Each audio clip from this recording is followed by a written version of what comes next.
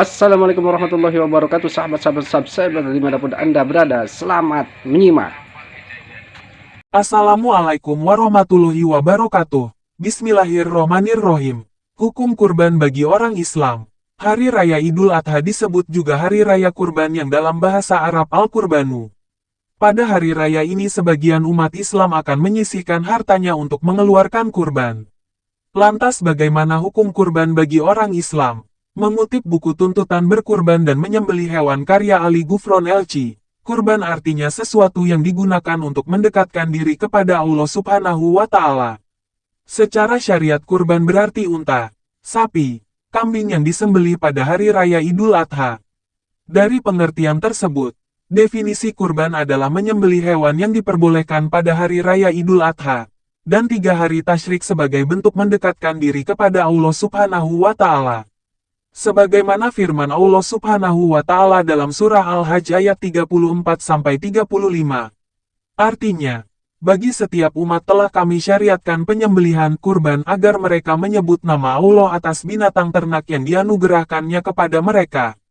Tuhanmu ialah Tuhan yang Maha Esa, maka berserah dirilah kepadanya. Sampaikanlah Nabi Muhammad kabar gembira kepada orang-orang yang rendah hati lagi taat kepada Allah, yaitu orang-orang yang apabila disebut nama Allah, hati mereka bergetar, sabar atas apa yang menimpa mereka, melaksanakan salat, dan menginfakkan sebagian rezeki yang kami anugerahkan kepada mereka. Hukum berkurban bagi orang Islam. Ulama fikih Wahbah Az-Zuhaili mengatakan dalam kitab Fikul Islam wa Adilatuhu, edisi Indonesia terbitan Gema Insani, ada perbedaan pendapat di kalangan 4 mazhab terkait hukum berkurban. Menurut mazhab Syafi'i, Hambali, dan Maliki, hukum berkurban bagi orang Islam adalah sunnah muakkad bagi yang mampu dan makruh bagi mereka meninggalkannya. Pendapat yang populer di kalangan mazhab Maliki menyebut hukum kurban seperti itu berlaku bagi orang yang sedang tidak menunaikan haji yang pada saat itu sedang berada di Mina. Mazhab Syafi'i memandang kurban adalah ibadah sunnah yang dilakukan perorangan, maka semestinya dilakukan paling tidak sekali seumur hidup. Sedangkan, jika anggota keluarganya banyak, dan sudah ada satu yang mewakilinya, maka itu sudah mencukupi.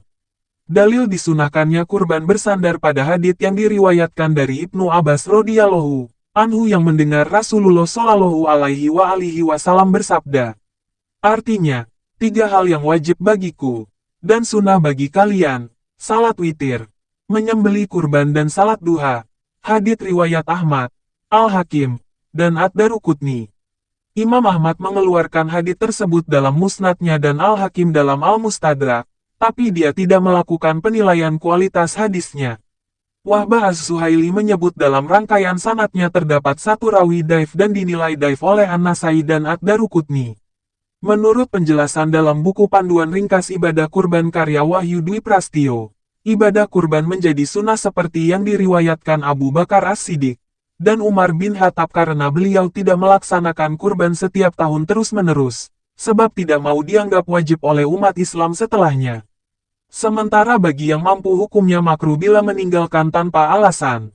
Kurban juga bisa menjadi wajib bila sebelumnya telah dinazarkan. Misalnya, aku jadikan hewan ini hewan kurban, atau ini hewan kurbanku. Ulama mazhab Hanafi memiliki pandangan berbeda terkait hukum kurban. Menurutnya mazhab ini, berkurban hukumnya wajib. Pendapat ini didasarkan atas hadits riwayat Abu Hurairah radhiyallahu anhu. Artinya, barang siapa memiliki keluasan rezeki dan tidak berkurban, maka jangan sekali-kali dia mendekati tempat salat kami. Hadits riwayat Ibnu Majah. Kapan meniatkan berkurban? Salah satu syarat ibadah kurban adalah niat yang dilafalkan dan diniatkan ketika hendak menyembelih. Boleh dilakukan sebelumnya bila memang sudah mengkhususkan hewan yang ingin dikurbankan. Keutamaan berkurban. Kurban termasuk ibadah yang memiliki sejumlah keutamaan. Dikatakan dalam sebuah hadits, kurban termasuk amalan yang lebih dicintai Allah Subhanahu wa Ta'ala. Artinya, tidak ada amalan yang diperbuat manusia pada hari raya kurban yang lebih dicintai oleh Allah selain menyembelih hewan. Sesungguhnya hewan kurban itu kelak pada hari kiamat akan datang beserta tanduk-tanduknya, bulu-bulu, dan kuku-kukunya. Sesungguhnya sebelum darah kurban itu mengalir ke tanah, pahalanya telah diterima di sisi Allah. maka tenangkanlah jiwa dengan berkurban. Hadits riwayat Al-Hakim, Ibnu Majah, dan At-Tirmidzi. At-Tirmidzi mengatakan kualitas hadits tersebut hasan gharib. Terima kasih Anda telah menyimak video kami. Jangan lupa bantu support channel kami dengan like, komen, dan subscribe. Terima kasih. Wassalamualaikum warahmatullahi wabarakatuh.